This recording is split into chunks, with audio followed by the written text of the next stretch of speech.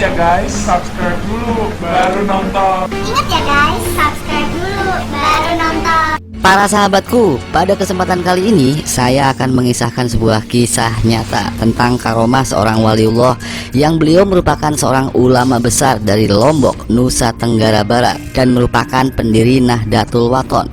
Beliau adalah Tuan Guru Kiai Haji Maulana Syekh Muhammad Zainuddin Abdul Majid. Namun sebelumnya para sahabat-sahabatku, jika berkenan silahkan klik tombol subscribe di bawah ini. Terima kasih banyak para sahabat-sahabatku dan terima kasih banyak para sedulur-sedulurku telah mensupport perkembangan channel saya. Semoga Allah Subhanahu wa Ta'ala memberikan kebaikan-kebaikan kepada para sahabat-sahabatku dan para sedulurku semua sekalian. Amin ya Allah ya Rabbal Alamin. Sebagai seorang waliullah, maka Tuan Guru Kiai Haji Maulana Syekh Muhammad Zainuddin Abdul Majid diberikan banyak sekali keistimewaan oleh Allah Subhanahu wa Ta'ala atau karomah atau hal-hal yang ajaib. Berikut saya rangkum beberapa karomah dari Tuan Guru Kiai Haji Maulana Syekh Muhammad Zainuddin Abdul Majid. Karomah yang pertama, tongkat yang berubah menjadi daratan. Kisah ini dikutip dari sebuah buku yang berjudul Orang Maroko Itu Sembuh di Lombok, kumpulan keramat Maulana Syekh Tuan Guru Kiai Haji Muhammad Zainuddin Abdul Majid yang ditulis oleh mantan sekjen pengurus besar Nahdlatul Wathon, yaitu Dr. Andes Tuan Guru Abdul Hayy Nukman, Magister Manajemen. Dikisahkan ada seorang nahkoda sebuah kapal laut yang bernama Ladini Rasidi. Pada suatu hari memulai pelayarannya berangkat dari Sulawesi menuju ke daerah Surabaya. Di tengah perjalanan, pada saat di tengah laut lepas ini, tiba-tiba saja kapalnya diterpa oleh hujan badai yang turun begitu lebatnya. Angin topan yang kencang yang bertiup menderu air lautan sehingga membuat gelombang samudra itu kian bergulung setinggi gunung. Belum lagi ditambah kilat dan guntur yang juga bergemuruh yang menari-nari ke sana kemari.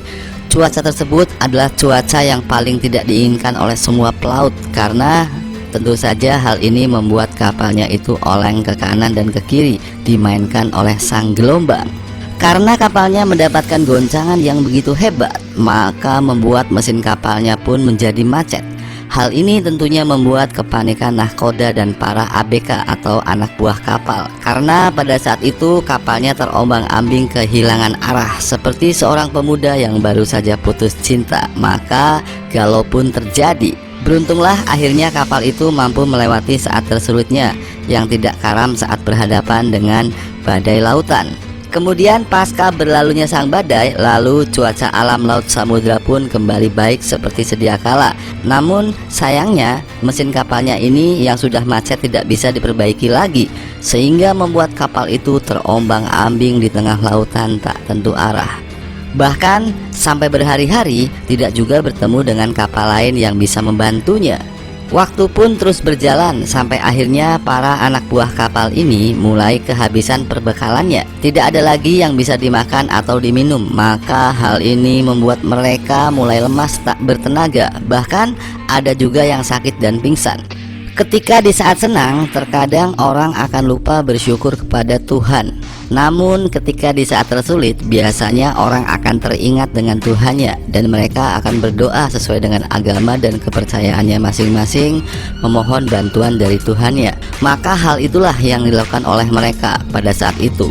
Semua bersama-sama berdoa, bermunajat kepada Allah Subhanahu wa Ta'ala agar berkenan membantu mereka.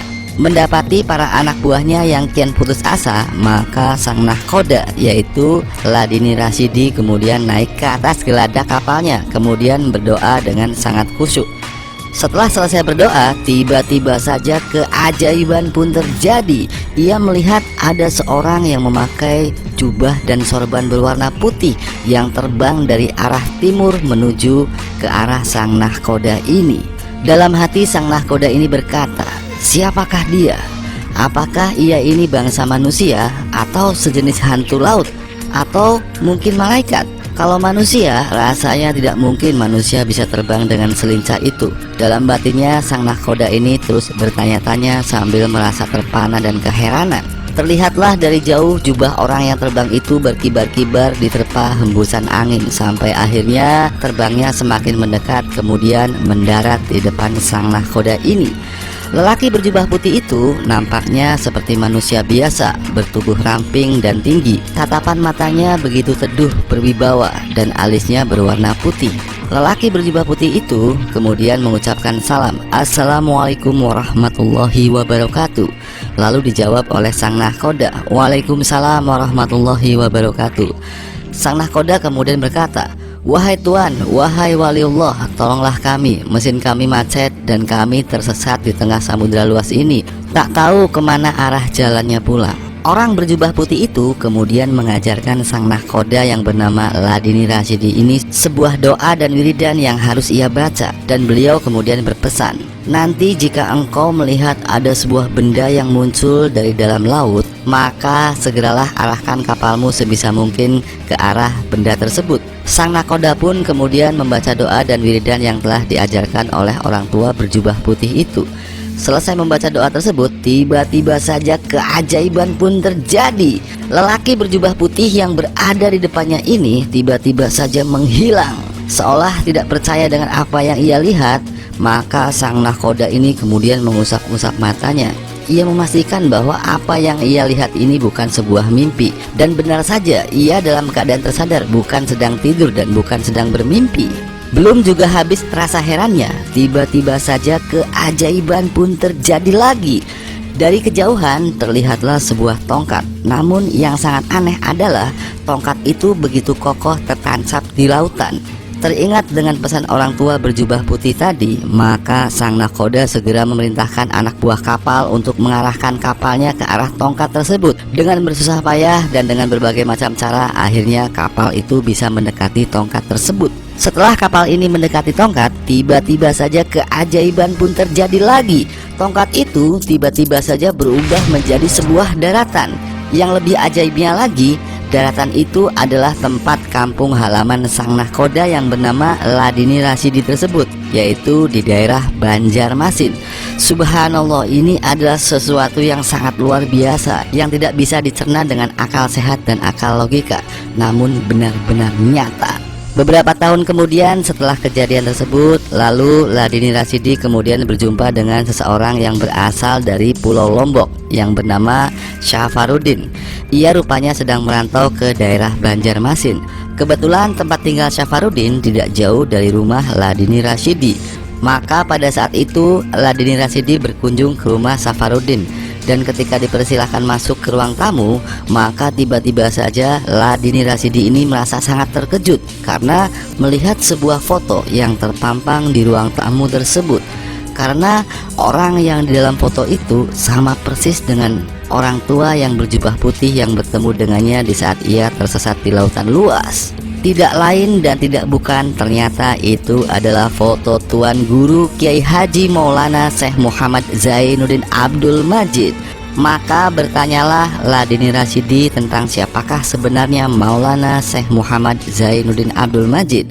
Kemudian Syafarudin menjelaskan tentang profil beliau, yaitu adalah seorang ulama besar yang berasal dari daerah Lombok, Nusa Tenggara Barat. Setelah beberapa tahun kemudian, akhirnya Ladini Rasyidi pergi ke daerah Lombok guna berkunjung ke rumah Maulana Syekh Zainuddin Abdul Majid, sekaligus hendak menitipkan anaknya yang bernama Muhammad Ali untuk belajar dan nyantri di sana. Setelah sampai di rumah Maulana Syekh Muhammad Zainuddin Abdul Majid, pada saat pertama sekali bertemu dengan beliau, setelah Maulana Syekh menjawab salam, kemudian beliau bertanya, "Bagaimana cerita yang dulu itu?"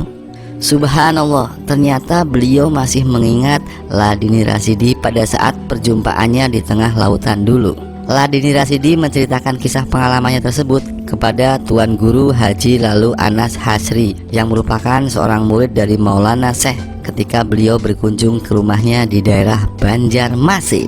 Karomah yang kedua, orang Arab itu sembuh di Lombok. Kisah ini diceritakan sendiri oleh Kiai Haji Muhammad Zainuddin Abdul Majid, bahwa dikisahkan ada seorang Arab yang sedang sakit dan sudah berobat kemana-mana, namun sakitnya belum juga sembuh. Pada suatu hari ia bermimpi bertemu dengan seseorang, dan orang itu mengatakan bahwa obatmu itu ada di Indonesia.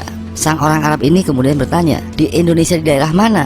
Orang di dalam mimpinya itu menjawab, "Pokoknya di Indonesia." Setelah mendapatkan mimpi itu, besok harinya ia segera berkemas untuk berangkat ke Indonesia. Namun sebelumnya ia menyempatkan diri untuk menjalankan tawaf wada. Pada saat ia sedang menjalankan tawaf, mungkin karena kondisinya yang masih sakit dan lemah, maka orang Arab ini jatuh pingsan.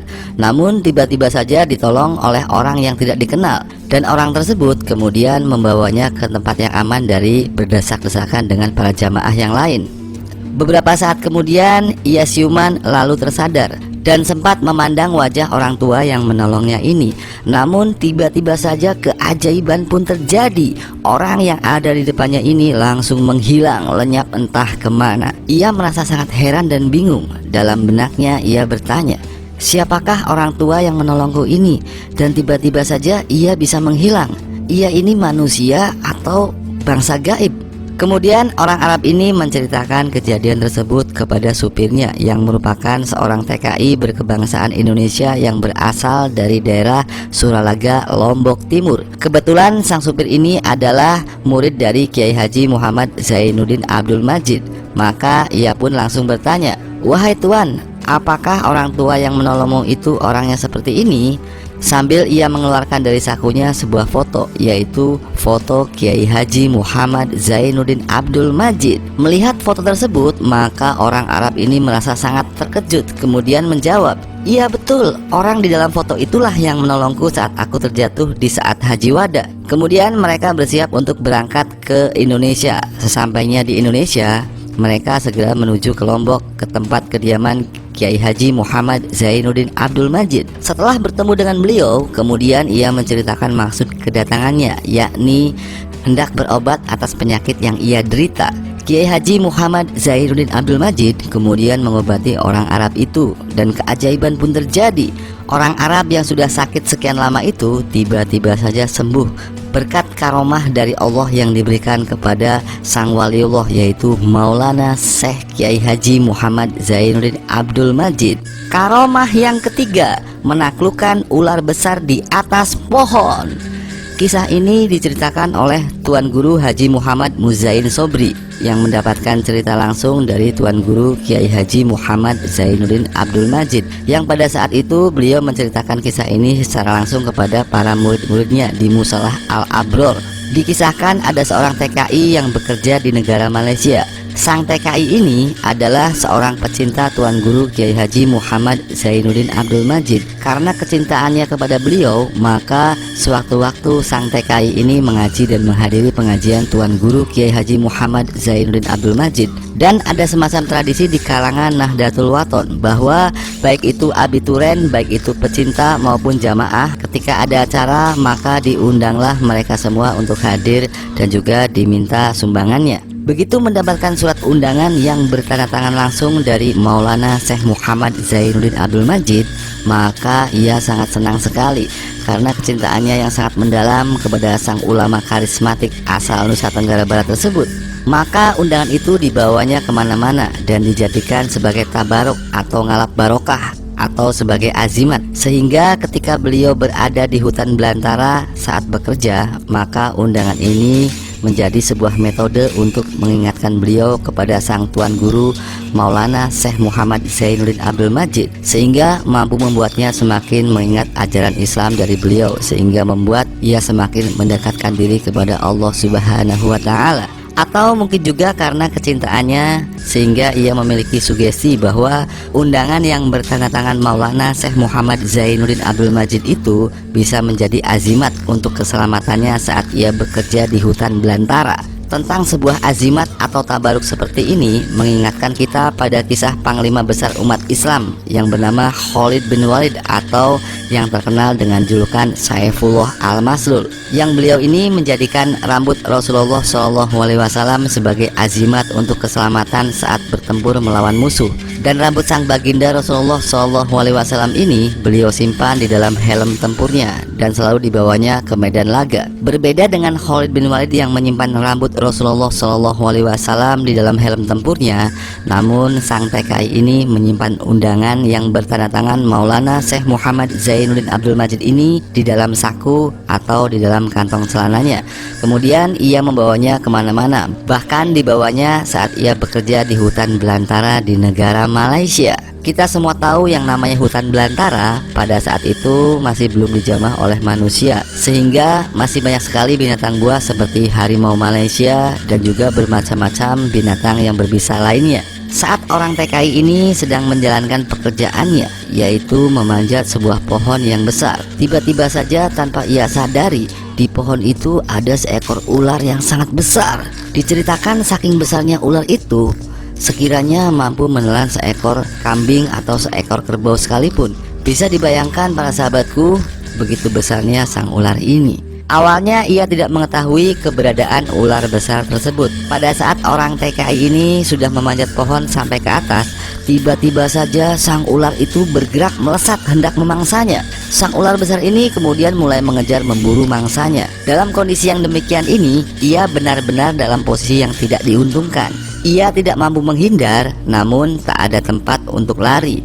Posisinya pada saat itu benar-benar di ujung tanduk, bagaikan buah simalakama. Karena jika ia meloncat dari pohon tinggi itu, niscaya dia akan cedera. Namun jika ia tetap berada di pohon tersebut, niscaya ular besar itu akan dengan mudah untuk memangsanya. Ia kemudian mencoba berteriak meminta bantuan kepada teman-temannya yang berada di bawah. Namun apa daya, teman-teman kerjanya ini tidak mampu berbuat apa-apa karena ular besar yang menaiki pohon itu sangat besar. Maka mereka semua tidak ada yang berani untuk naik dan membantu orang ini. Ia benar-benar merasa sangat panik dan sangat takut. Kemudian pada saat ular besar itu mulai mendekatinya dan menganga menunjukkan rahangnya yang begitu besar hendak menelannya. Namun di saat yang genting ini, ia kemudian teringat bahwa ia menyimpan di kantong saku celananya undangan yang bertanda tangan Maulana Syekh Muhammad Zainuddin Abdul Majid. Maka dengan segera ia kemudian berteriak, "Ada tekenan Bapak Maulana Syekh di kantong, ada tanda tangan Bapak Maulana Syekh Muhammad Zainuddin Abdul Majid di kantong." Tiba-tiba saja keajaiban pun terjadi. Hanya sekedar mendengar nama Maulana Syekh Muhammad Zainuddin Abdul Majid saja mampu membuat ular besar itu langsung terkejut, pingsan hingga terjatuh. Seperti ada sebuah kekuatan tenaga dalam yang sangat luar biasa yang menerpa ular besar ini, sehingga membuat sang ular besar ini pingsan dan terjatuh. Subhanallah, ini sebuah karomah yang sangat luar biasa. Baru mendengar nama sang waliullah Maulana Syekh Muhammad Zainuddin Abdul Majid saja, namun ular ini langsung takut dan pingsan. Apalagi jika ia bertemu langsung dengan beliau, entah apa jadinya. Tentunya akan membuat sang ular ini akan semakin takut. Ketika melihat ular itu sudah jatuh dan pingsan, maka barulah sang TKI ini kemudian segera turun ke bawah. Dan alhamdulillah atas perkenan Gusti Allah Subhanahu wa taala, melalui karomah dari Maulana Syekh Muhammad Zainuddin Abdul Majid mampu menyelamatkan sang TKI ini. Para sahabatku, hikmah yang bisa saya sampaikan pada kesempatan kali ini itu adalah tentang sebuah keajaiban, tentang sebuah rasa takut. Sesungguhnya Rasulullah SAW itu pernah bersabda bahwa barang siapa yang takut kepada Allah, maka Allah menjadikan segala sesuatu takut kepadanya. Barang siapa tidak takut kepada Allah, maka Allah menjadikannya takut kepada segala sesuatu itu. Hadis riwayat Al-Baihaqi. Ketika ada seorang waliullah yang senantiasa takut kepada Allah, maka membuat semua makhluk ciptaan Allah juga takut kepadanya. Ketika kita takut kepada Allah, maka seluruh makhluk ciptaan Allah juga akan takut kepada kita. Dengan kita takut kepada Allah, maka kita tentunya akan semakin mendekatkan diri kepada Allah Subhanahu wa taala, menjalankan segala macam bentuk perintahnya dan juga meninggalkan segala macam bentuk larangannya. Tentang rasa takut makhluk ciptaan Allah kepada orang yang takut kepada Allah Subhanahu wa taala itu dibuktikan oleh Imam Ghazali, karena beliau ini tinggal di sebuah hutan belantara. Di sana itu banyak binatang yang sangat buas, dan semua binatang buas itu tunduk kepada beliau karena beliau tunduk dan takut kepada Allah Subhanahu wa taala, yang membuat semua makhluk ciptaan Allah yang berupa binatang buas dan berbisa sekalipun ini akan takut kepadanya. Para sahabat-sahabatku, semoga kita bisa mengambil pelajaran yang berarti dari kisah ini. Semoga kita senantiasa harus takut kepada Allah. Tidak layak kita takut kepada siapapun. Kita hanya boleh takut kepada Allah. Dengan kita takut kepada Allah, maka niscaya kita harus menambah keimanan kita kepada Allah Subhanahu wa taala. Orang-orang yang senantiasa mendekatkan diri kepada Allah, maka Allah Subhanahu wa taala akan mencintai mereka. Ketika Allah Subhanahu wa taala mencintai mereka, maka Allah Subhanahu wa taala akan menurunkan karomahnya kepada para waliullah dan juga maunahnya kepada orang-orang soleh. Semoga kita semua senantiasa dalam lindungan Allah Subhanahu wa taala. Mungkin demikian saja ulasan yang bisa saya sampaikan pada kesempatan kali ini. Akhirul kata, wabillahi taufiq wal hidayah. Wassalamualaikum warahmatullahi wabarakatuh.